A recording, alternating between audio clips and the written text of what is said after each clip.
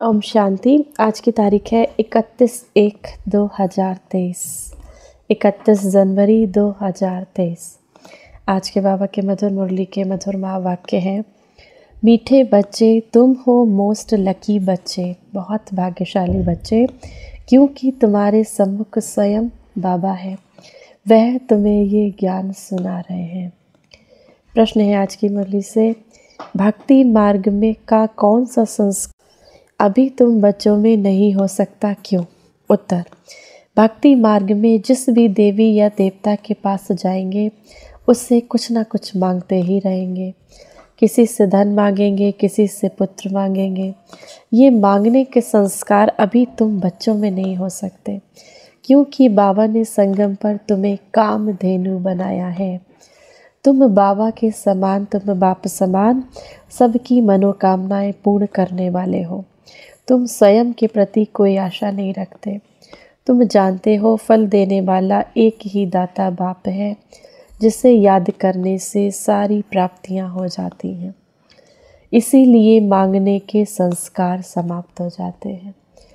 बाबा कहे कि तुम जानते हो फल देने वाला एक दाता बाप ही है, जिसे याद करने से, जिसको जब हम परमात्मा को याद करते हैं तो सारी प्राप्तियां स्वतः ही हो जाती हैं। गीत है आज की मुरली से, ओम नमो शिवाय। ओम शांति। भगवानुवाच, जब अब अच्छी रीति समझकर फिर समझाने के लिए एक गीता शास्त्र ही है। शास्त्र तो बनाया है मनुष्यों ने, परंतु राजयोग मनुष्य नहीं सिखाते। बाप कहते हैं, मैंने ही 5000 साल पहले भी तुम भारतवासी सिकिलते बच्चों को राजयोग सिखाया था। सिकिलते का अर्थ तो समझाया है कि तुम ही पूरे 84 जन्म लेकर फिर आए मिले हो। 5000 साल पहले भी तुम मिले थे और तुम आकर ब्रह्मा मुख वंशावली अर्थात ब्राह्मण ब्राह्मणी बने थे। 5000 साल पहले भी तुम मिले थे और अब बाबा कहते हैं आकर तुम फिर ब्राह्मण ब्राह्मणी बने हो। बाबा डायरेक्ट बोलते हैं, वह गीता पाठे आदि ये सब बातें नहीं करेंगे। जो और गीता आदि पढ़ते हैं तो बाबा कहेंगे वो इस तरह की बात नहीं समझाएंगे। बाप डायरेक्ट समझा कर गए थे, फिर भक्ति मार्ग से शास्त्र बनाते हैं। अब ड्रामा पूरा होता है। फिर बाप आया है, कहते हैं बच्चों, कौन से बच्चे? अब बाबा कहते हैं बच्चों, तो कौन से बच्चे? कहते हैं खास तुम और आम सारी दुनिया। बाबा के बच्चे खास तुम और ये दुनिया सारी जैसे आम। तो तुम अभी सम्मुख हो, क्योंकि तुम बाबा के बहुत करीब हो, बाबा को पहचानते हो। तो तुमको बैठ बाबा ने अपना परिचय दिया है। ये राजयोग तुमको और कोई सिखला ना सके। बाबा ने ही पहले योग सिखलाया था, अब फिर सिखला रहे हैं, जिससे तुम फिर राजाओं का राजा बनेंगे और कोई स्वर्ग का मालिक बना ना सके। अब फिर तुम राजाओं का राजा बनेंगे, बाबा के, और कोई स्वर्ग का मालिक तुमको बना ना सके। मैं तुम्हारा बाप आया हूँ फिर से तुमको राजयोग सिखलाने। अच्छा, अब बाबा तुमको झाड़ पर समझाते हैं। ये समझानी भी बहुत ज़रूरी है। बाबा तुमको झाड़ से समझाते हैं। झाड़ का वृक्ष होता है ना, उससे बाबा समझाते हैं। तो बाबा कहें ये समझानी भी बहुत ज़रूरी है। इसको कल्प का वृक्ष कहा जाता है, कल्प वृक्ष। बाबा कहते हैं ये मनुष्य सृष्टि रूपी झाड़ कल्प वृक्ष है।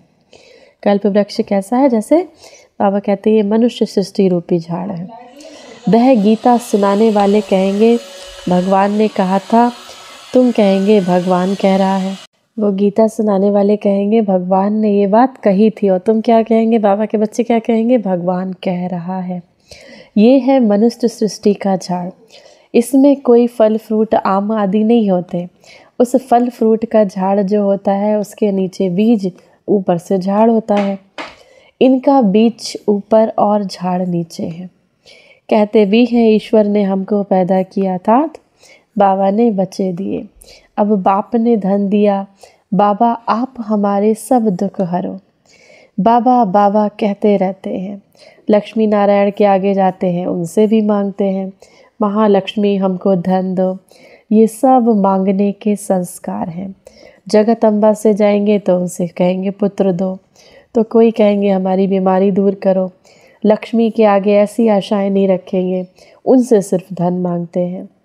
अब ये तो तुम जानते हो, जगत अम्बा सो लक्ष्मी, सो फिर 84 जन्मों का चक्र लगाकर फिर जगत अम्बा बनती है। झाड़ में देखो जगत अम्बा बैठी है, यही फिर महारानी बनेंगी ज़रूर। तुम बच्चे भी राजधानी में आएंगे, तुम कल्प वृक्ष के नीचे बैठे हो, संगम पर फाउंडेशन लगा रहे हो। कामधेनु के तुम बच्चे ही सबकी मनोकामनाएं पूरी करने वाले हो। तुम भारत माता शक्ति सेना हो, इसमें पांडव भी है।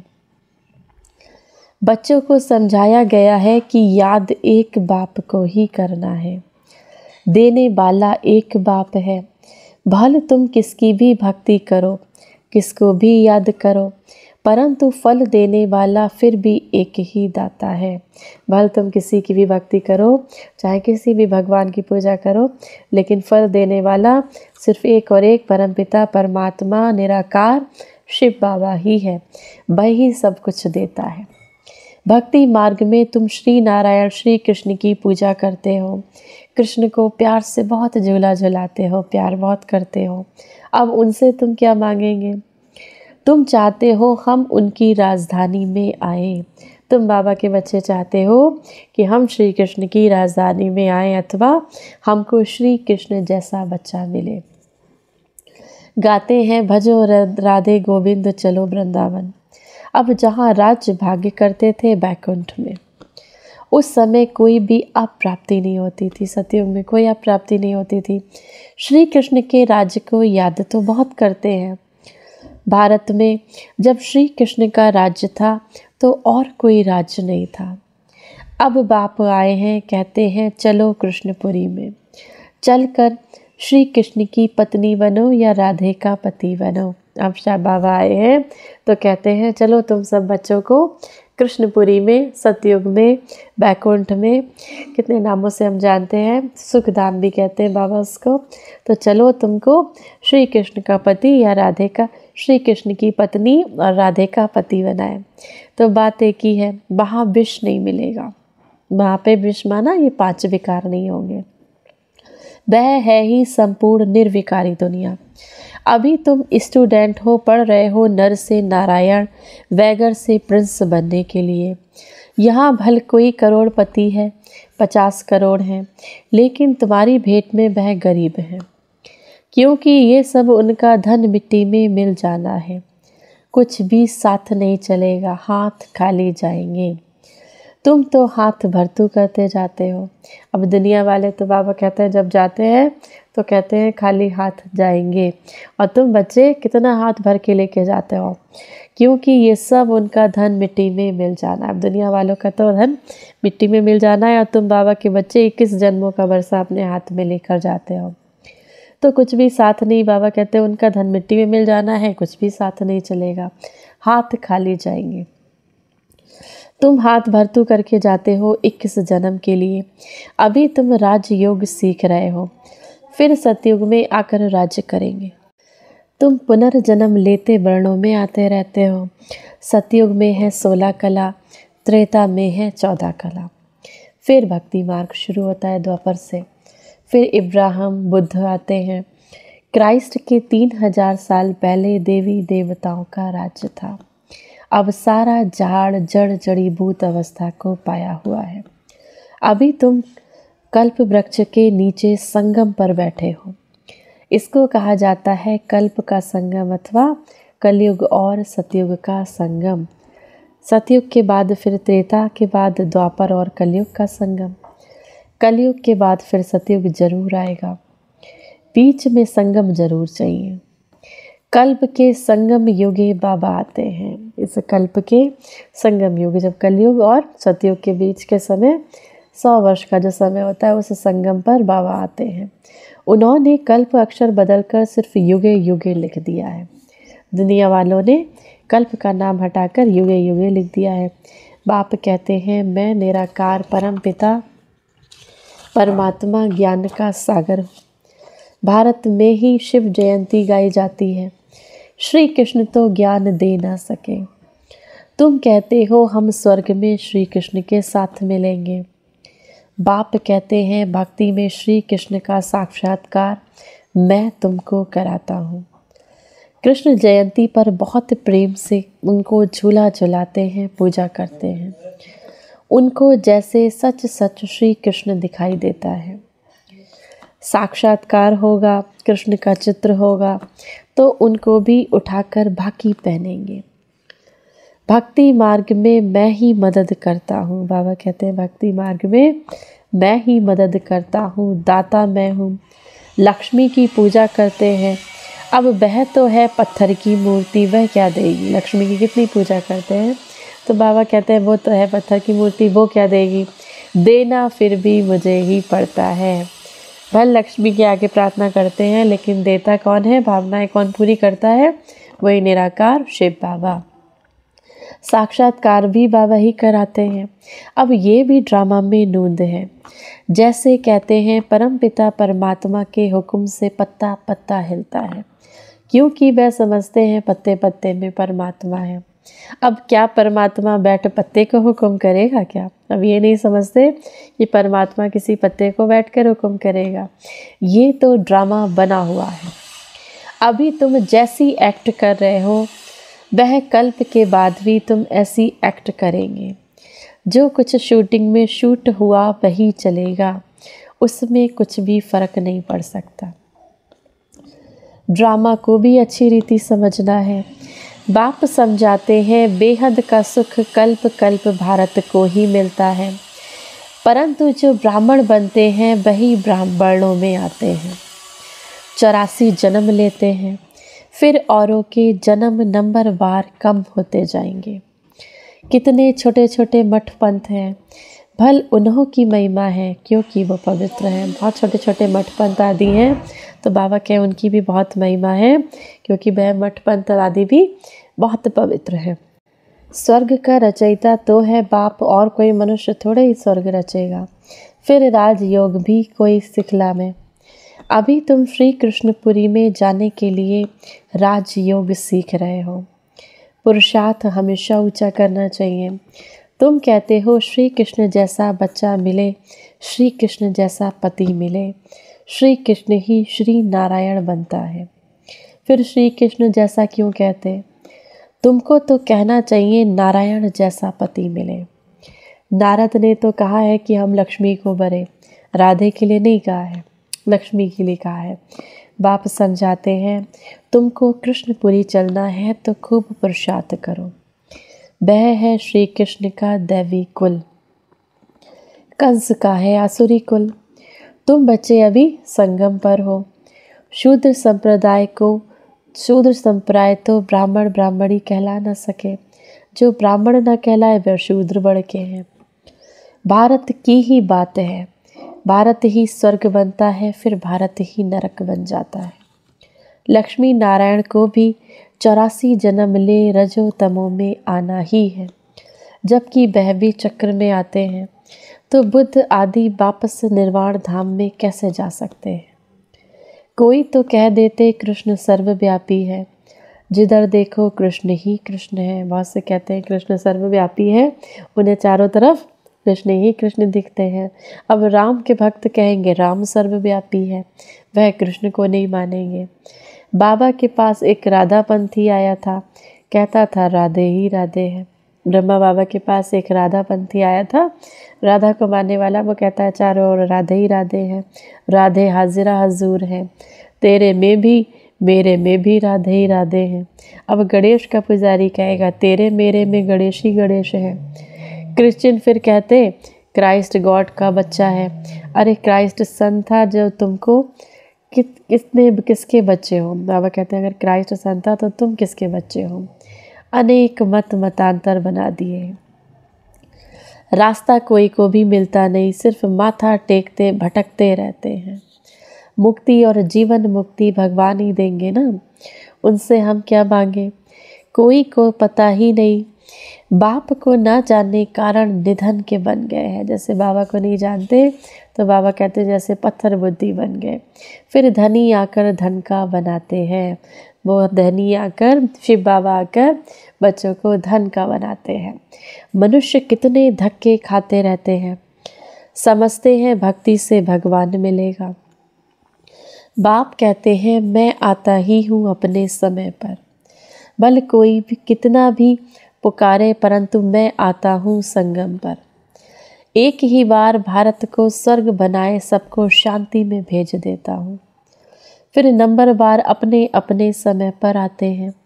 जो देवी देवता थे वह भी सब आत्माएं बैठी हुई हैं, फिर से अपना राज्यभाग ले रहे हैं। जो देवी देवताएं थे वह सब आत्माएं बैठी हुई हैं। बाबा कह वो फिर से अपना राज्यभाग ले रहे हैं।